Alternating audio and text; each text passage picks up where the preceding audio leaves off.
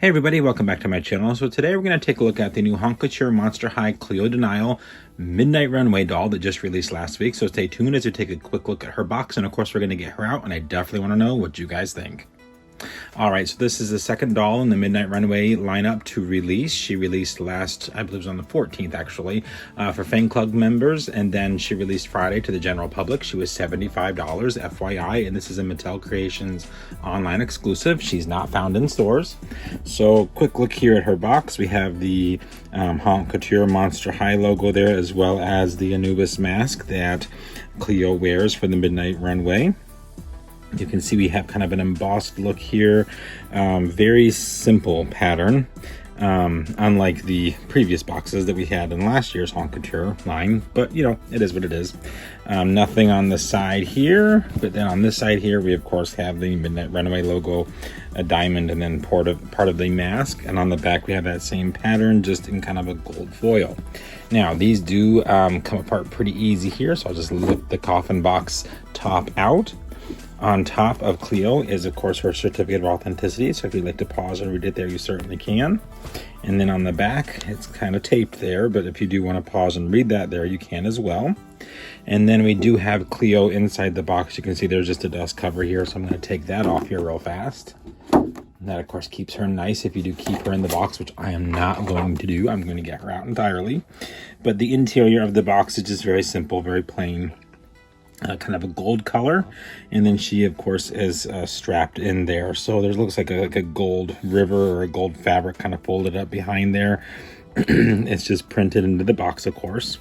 You can see this stand is off to the side. I do not like these stands at all, so I'll be giving her an older Monster High stand. But there is Cleo in the box. Now we're going to go ahead and we're going to get her out. Okay, so how do I even begin? Yeah, we're going to start with her mask, and then we're going to get into whether or not, you know, we'll get into it in a second. So here's her Anubis mask. It is a cool idea.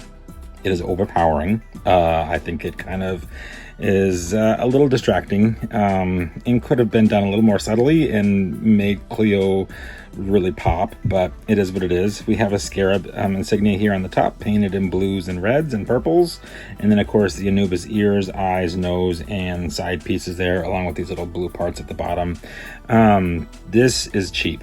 Like, this is really cheap. I think they could have done a little more, maybe made it the same as her earrings, that really nice metallic paint, instead of just this dull plastic, but it is what it is.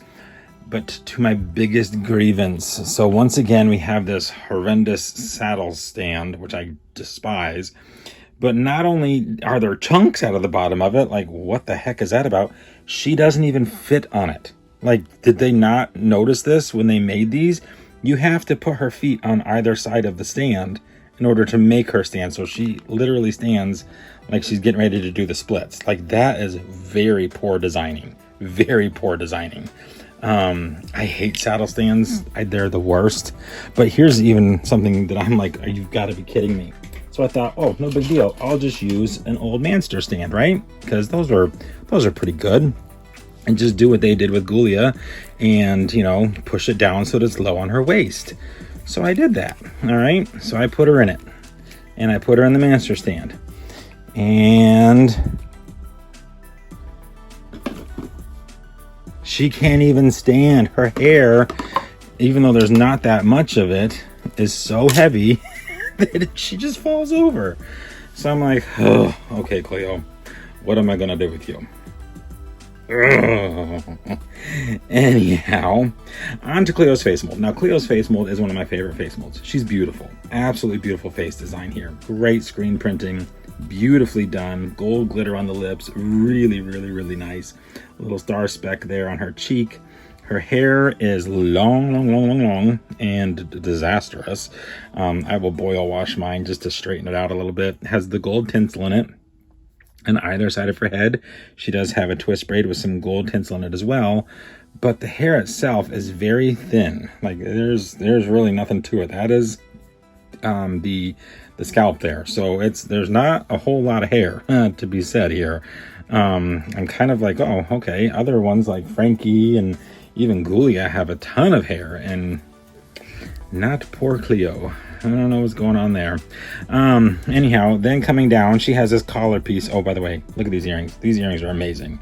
This metallic paint should have been on this and on her mask and on these and on this little arm piece here that's on the upper portion of her arm. That should have been like just a hello, duh. It's a collector doll. But anyhow, she has this collar piece here.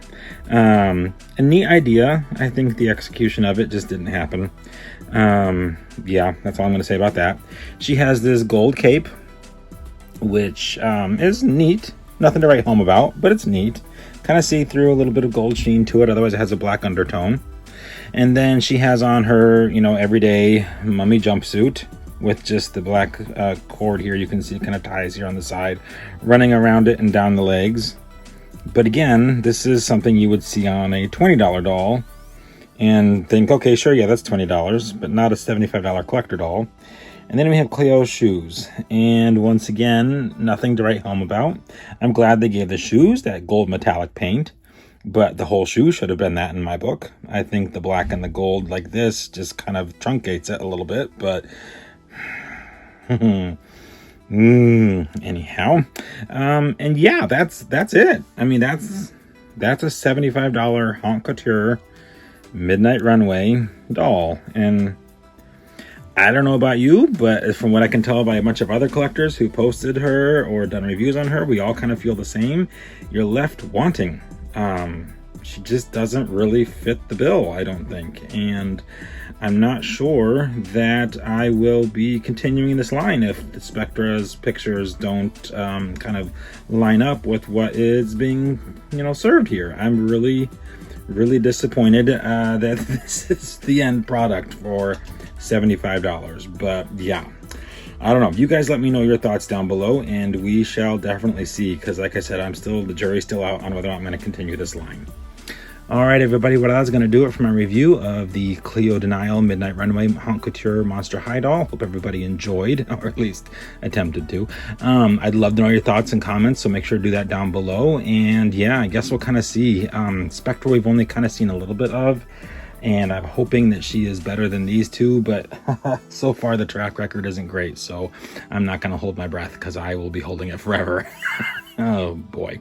Anyhow, definitely let me know what you guys think down below. Hope everyone's having an extra magical day, and we will see you real soon.